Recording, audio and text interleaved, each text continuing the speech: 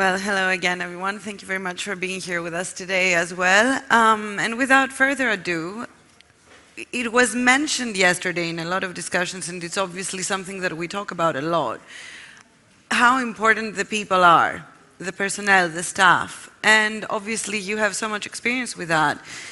I'm sure that you know that in Greece, like in other countries as well, and probably in Spain you might have the same issue, a lot of people might work in the tourism sector because it's not really out of a choice, not because it's a career, a conscious career choice, but because they need to make money.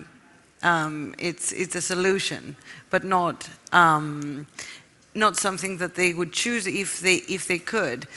How do we train the new generation of staff, of personnel, so that they will want to pursue this career and they will do it in a standard that, you know, would be acceptable, you would deem acceptable?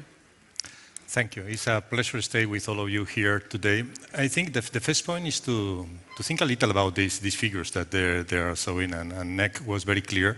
We are in a very special moment of the industry in hospitality. I think it's the first time in the history that, at least in my experience, that in an industry that is moving in a very, very good situation with a lot of KPIs supporting the good evolution for the industry, we are seeing in mostly of the universities worldwide, in Europe for sure, and in other continents, the decrease of vocation to work and study in tourism. And it's very, very interesting because never happened before. Every time that we have some good trend in an industry, in business, law, medicine, we see how the vocation of the students and the social impact is clear, and the people want to study because they see the opportunity in the industry. Of course. This is the first time that an industry that is growing, that we saw, that is growing in the future, Absolutely. is not supported by the interest of the population to work in tourism. Why do you think that is? It's very interesting. We are in a, I will say, because I invited for a lot of roundtables and with hotel association worldwide, and I always explain that we have 5 factors that they are affecting now in this crisis. We're in a real war for talented people. It's not something exclusive for Europe. It's worldwide perception. We are working with different governments and different companies worldwide, and I can assure that this topic is really an important and strategic topic for most of the countries. We have countries that they are making a big inversion in talented people, and the question is, you know, for example, an example of a university, we are specialized to train professionals for the luxury standard in hospitality. Yeah.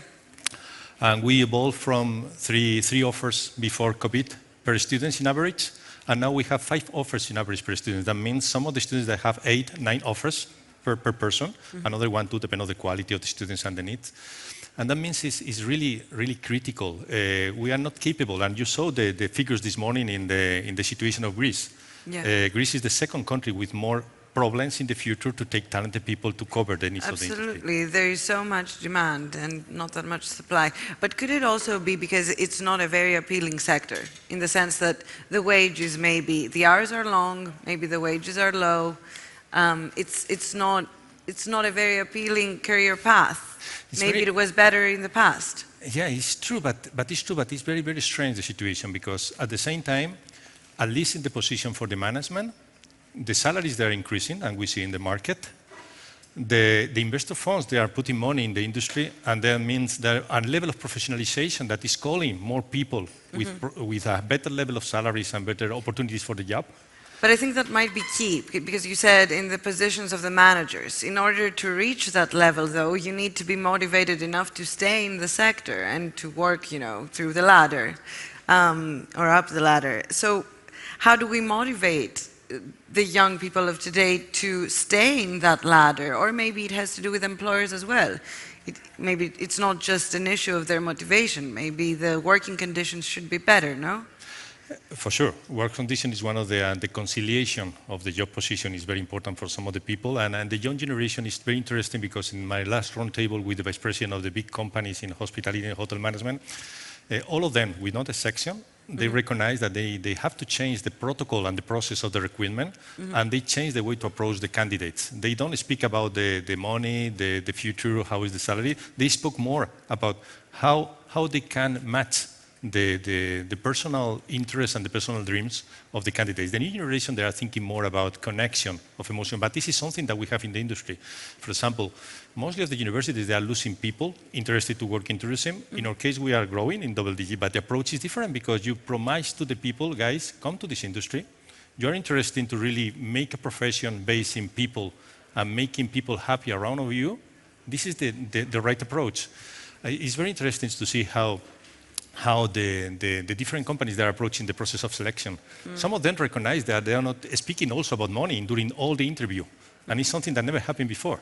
Some of the candidates, they don't are fully interested to know about money in this moment. They are more interested to know, okay, is this profession, is this company, will be give to me something that is really matching with my personal interest, my purpose. For example, some of the companies, they are trying to explain to them what is the root of the type of work that they are doing and the experience that they will have with the company for life. And it's something much more important to expose to the young people that because at the end, young people value much more the time that we value in our generation. In our generation, we are like another attitude is give me what is my route, my professional route to do, and I will make the effort needed to do it. Now, young people is much more conscious. I think there are better approach that we have in the past, in my opinion. So obviously, the times are changing because, especially because of technology as well and AI. But this is a sector that might, for a while at least, not be as hard hit as other sectors. Yeah. We need people in hospitality. But how has it changed? How has it affected your training? A lot of people, when I am in business discussion and conference, some of people told me, Carlos, are you worried because you are managing one of the top universities in hospitality and now the AI is moving the people outside of the industry? That means, are you worried perhaps you don't have job in the future? And the reality is really the contrary in our case, because at least in the first approaches for the industry, for example, Hyatt and Mandarin, they have two experiments, very interesting experiments, that they put a high level of technology in 5-star luxury hotels that they have, and the reality is they don't reduce the number of employees.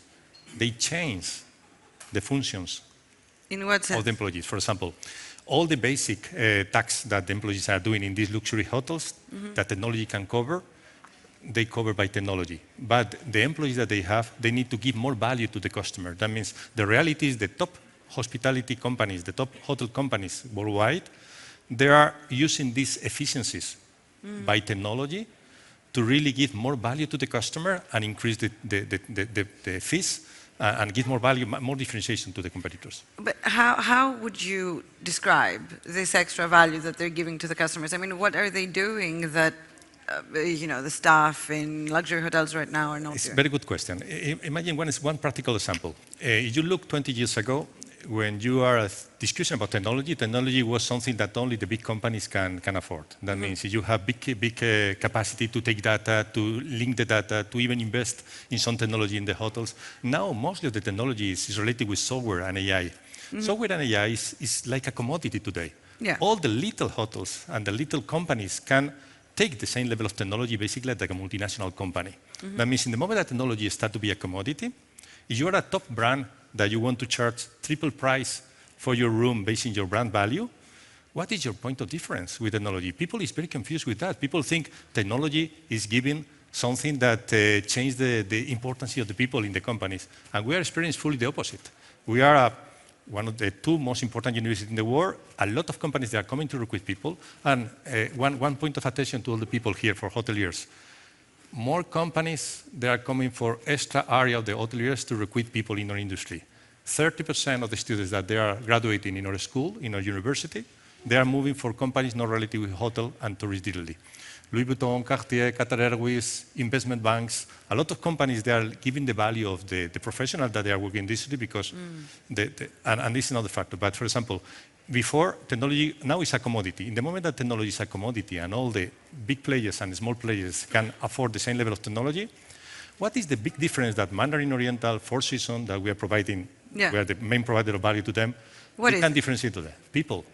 People, the way that the people is... So they get the most talented people. They have the software and the AI, But they get the most talented people because probably they can afford them, I suppose. Of course, they are really investing to have the highest level talented people. We are now closing an agreement with Mandarin Oriental to support them in the SCALI, the training.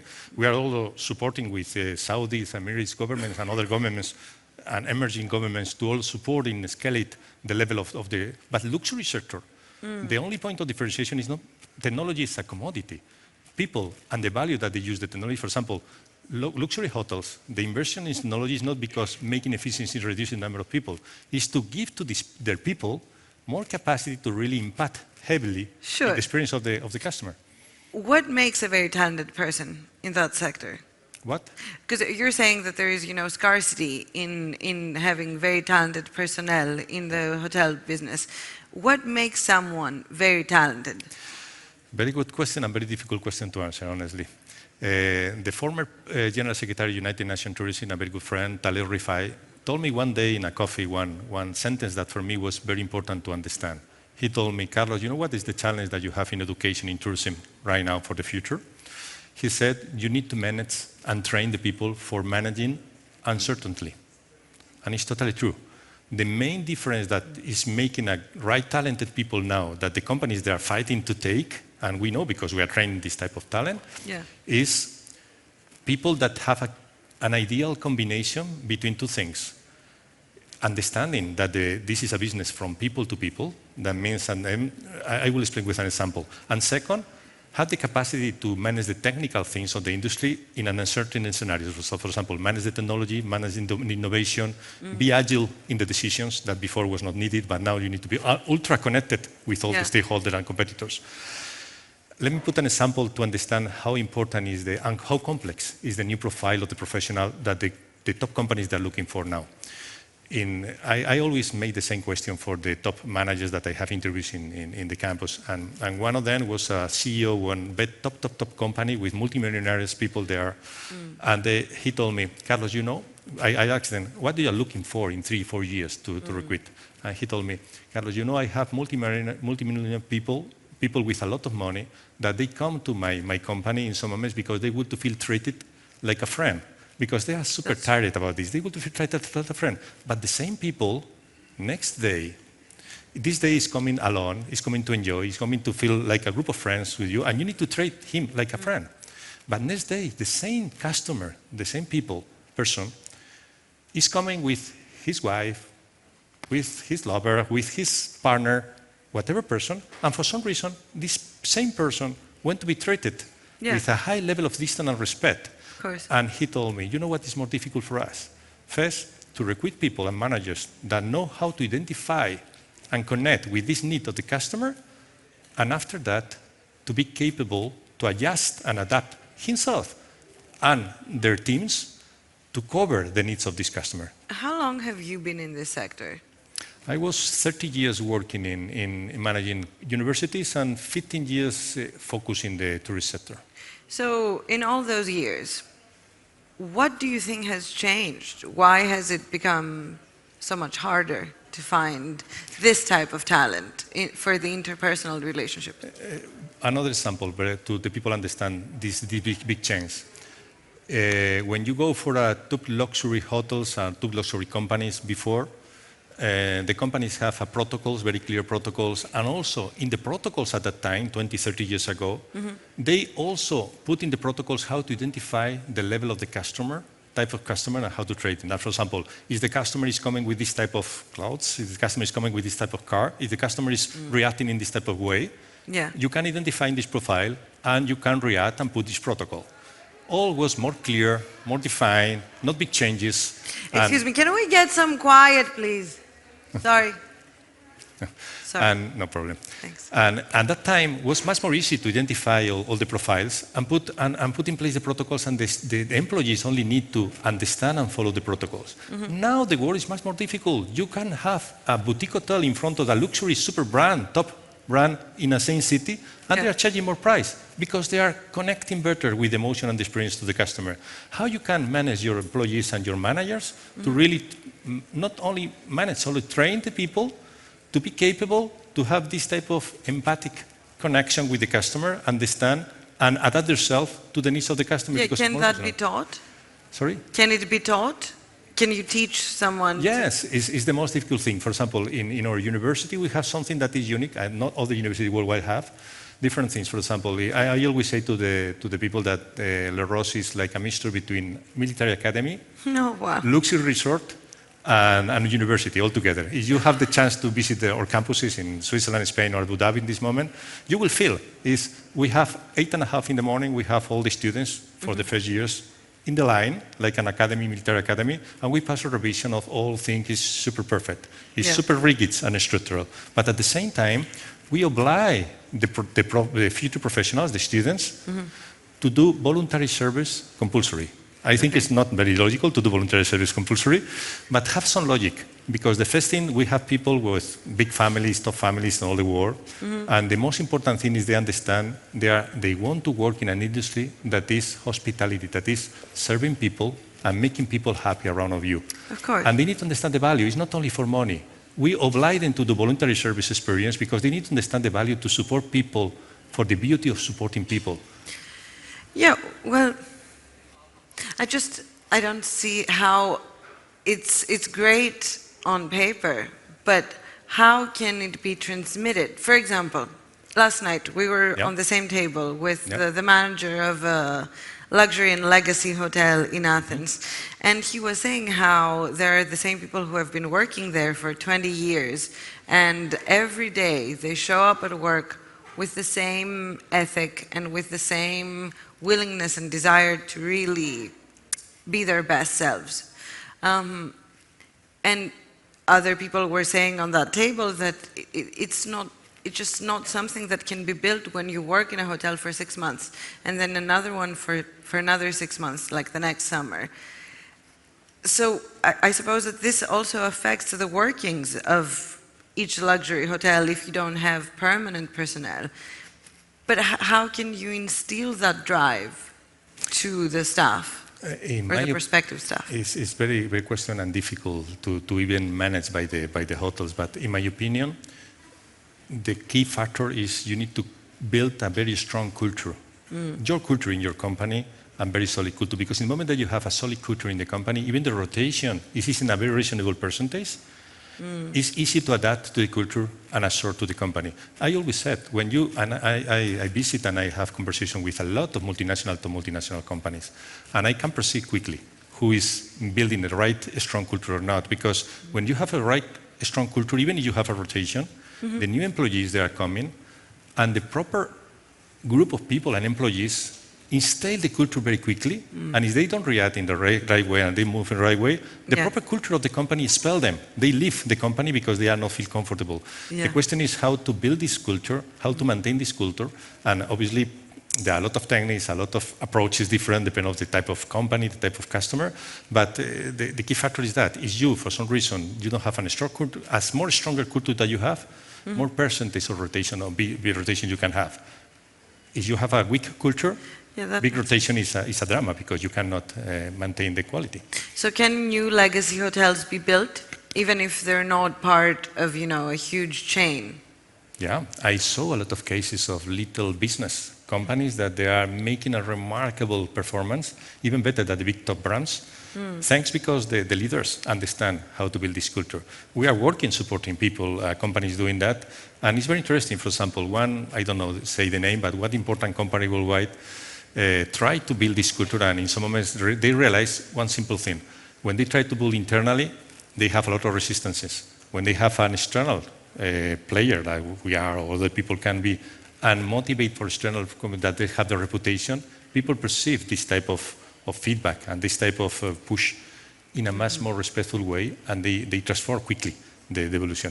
Obviously, depend on the brand, depend on the customer, all this. This is why the certain situation is the key factor in this moment. So you don't only train people at the universities, but you also train staff. You can be employed by a company to train staff. More and more. We are seeing, for example, we always have 3 campuses worldwide in this moment, and we train a big number of people that, for example, for Season Mandarin, we are the main provider of talented people for them, but more and more we are seeing in the first moment was companies, B2B. For example, Apple is very interesting. Apple was hiring with us the managers of the retail shops, because they said, we are a technological company, but for us, we are not differentiated with new companies and technology about technology. We differentiate ourselves of the experience with the technology.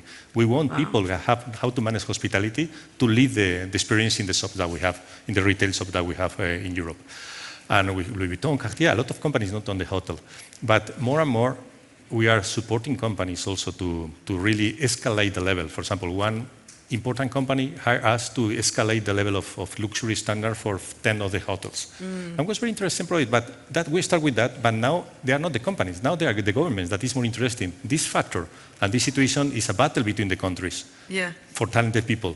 They are different. We are working with 5, 6 governments in this moment in different places to support them, to really make projects to help the industry to support the level, because obviously we are specialized in luxury standard. That means, for example, Europe and America. Money is in the market. Amazing hotels is easy to build now. All people is investing in a lot of countries. What is your differentiation in Europe, in Greece, or in Spain, or in France, compared with another emerging countries? Yeah, and also maybe that's actually very fitting, because in terms of what I wanted to ask next, because you have campuses in Switzerland and Spain and the UAE, and I was wondering, do you teach them different things depending on which country or which market they're going to serve? We don't teach different things. We teach exactly the same, but we teach in different ways in some moments, because they are depend on the split of the students. For example, Swiss campus has much more long radio students for Asia, for North America. Spain campus in Marbella have much more European profile of students. Middle East, Abu Dhabi have much more Middle East, Asia, Africa. Of course. When you understand the split of the students, you need to adapt for the culture, some of the techniques. But at the end, the standards are the same. And what you try to do is, for example, in our case, is to allow the students to have the experience to also move it in the campus. And for example, in Abu Dhabi, we explain more deeply how is the new Asian Middle East type of culture in hospitality. To the students enrich about that. And it's true, some depend on the profile of the students and companies, they are more attracted about one or more adequate for one campus or another. What would your advice be for people who want to work in the tourism sector in Greece? It's an amazing and a very special and good moment for all the people that want to work in the industry. You see the need of talented people that are in the market. Opportunities will come, a lot of opportunities, but it's true that, for example, investor firms, they are putting money, and when the investor firms put money, they are not family companies. You know, Greece, Spain, we have 80%, 85% family companies in the industry. When the investor firms, they are putting money, they are looking for professional management. And that means the difference for the future is they are starting to be a big difference between the top professionals' salaries and the medium-low professional salaries. That means the salaries, they are growing, but they are growing faster in the top professionals. If I am a professional in Greece or in Spain, my ambition is not to find a job, because find a job is not a problem. We will have a lot of jobs. Exactly. My ambition is, in this race, I want to be in the top head of the people that need to grow the business, because the opportunities are coming bigger. And we need people that lead these opportunities.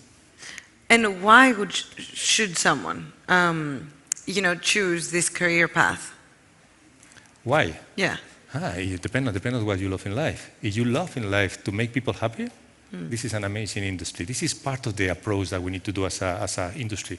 You know, we are global growth in this moment, and we are tourism approach hospitality, but mostly of the universities are decreasing. Why? Because the approach is not, we are not offering a job. We are offering, guys, you want to really dedicate the life to connect with people and making experience, making people happy in a multinational environment. This is the message that some of the students, some of the young people love to hear. Is we said, no, don't worry, come to this industry because you have a guaranteed job, or because you will have an opportunity always. No, they are not worried to have a job in this moment. They are worried to connect with something that enriches their life. Honestly, I think the young people, young generation, they are better based in the real things in life that we are in the past. This is my opinion. But the challenge now is not to find a job in tourism. The challenge is, what type of life do you want to have in this industry? Because if you are not worried about to lead your type of life, this industry is not very good to family conciliation. That means you can be stuck in a profession that is working the weekends, things in a basic profession, basic brand, don't give any extra value. And this is not very promising, not very happy.